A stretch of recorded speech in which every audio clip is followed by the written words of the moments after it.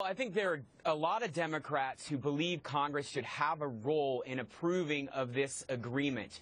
And in this case, nearly all of the Republicans in the Senate agree with Senator Corker, who's pushed this bill forward to make sure the Senate has a role.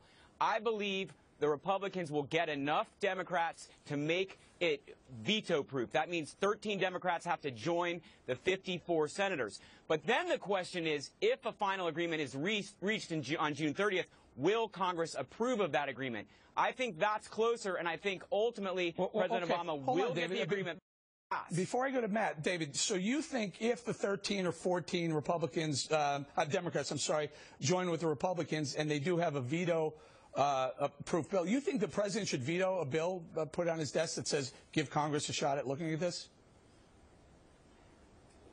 Well, I think that's up to the president. I mean, the president really wants to make this deal happen, so part of putting the pressure on Congress would be to try and veto any bill that gives them a role and gives them the ability to stop the deal. But no, I think Congress should have a role in this deal. We need to make sure that we have a very strong agreement with Iran. It's right to have a nuclear agreement, but it has to be strong, and Congress should be putting pressure on the president and on Iran to make sure that deal is strong. Matt, what about when the supreme leader of Iran says, hey, the deal that the Americans were presented the day after the negotiations finished, he says that was not the real deal. They had a completely different idea of the deal. Should we not give Congress at least a 60-day, which is what they're looking for, a 60-day window to look at what's really the deal before they sign off on it? I mean, come on, we're not buying a house here or a car. This is a very complicated deal.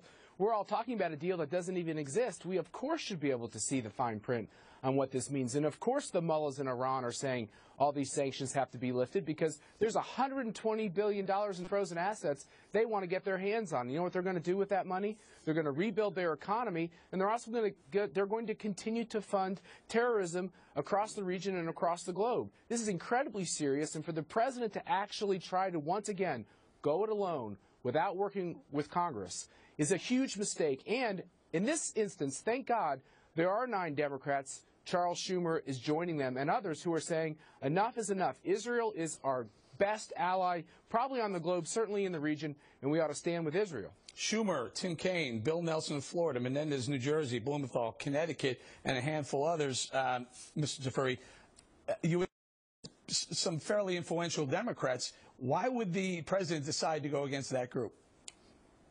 Well, again, because he really wants to get this deal passed at all costs, and he doesn't want to have the congressional obstacle. Another thing that's really going to matter here is public opinion. Public opinion is very interesting. In general, the public does support a nuclear deal with Iran, but the public opinion polling also David, do you realize what you just said? Do you realize what you just said? I asked you why he would do that, and you said, because he really wants it. Now, Matt, the president may want it, but what do the American people want? And isn't that what this is all about? You know, I have 5 little girls, and there are a lot of times they want things too, and I tell them no.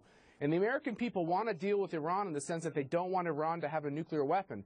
What they don't understand fully is that what Obama is doing here is actually lifting sanctions, just like he did with Cuba, in a unilateral fashion, because this is what his foreign policy is. I am going to make friends with everyone around the globe. The problem is with Iran is that they will then get all these assets, and they will now have the money to put their nuclear weapons program and their terrorism funding on high speed. And that is incredibly dangerous. We might never be able to get back what we'll lose if he's able to push forward on this. David, during the negotiation, the supreme leader of Iran called for death to Americans. We still somehow walked away and said we have a deal, and then within days, that same supreme leader says the deal that the Americans think they got, that's not the deal we know. Why would we even bother negotiating with these people? Well, look, we talk about Congress could block this deal. The Supreme Leader could block this deal, too, and he very well may. But my guess is ultimately he won't. The Supreme Leader, did you see the reception that the Iranian foreign minister got when he went back to Tehran? He was a rock star in Tehran. Yeah, I think ultimately, that's what I'm saying. The Supreme Leader and the President of Iran are not going to block this deal because they're never going to get better terms than this. So they'll probably ultimately support it. This is rhetoric by them. What about it, Matt? Who's got the better deal? Look, we had Iran in the corner. We had them painted in the corner. Their economy was on its heels. They were begging to be let out. And what did? We let them out first and decided to negotiate later. That's exactly right. And look, there's been a bipartisan consensus in this country on the major foreign policy questions since World War II. and all the major foreign policy questions. Sure, there are disagreements, but on the big questions of our security, we work together, both parties. The president has done something really unique here. He's got every Republican in Congress against him on this deal, and he's got a growing list of Democrats against him on this deal.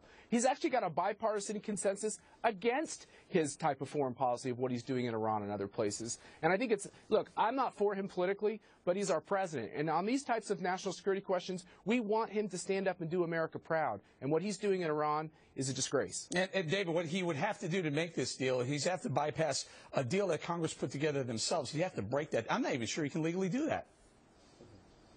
Well, no, he has to get Congress to approve of the deal if Congress passes a law that allows them to approve or not approve the deal. So there's a couple more steps here. The president is working furiously to get Democrats on board with either opposing Corker's legislation or ultimately approving this agreement. Looks like it's going in the opposite direction, David. We're going to have to leave it right there, David and Matt. Thank you very much. Up next, a sneak peek.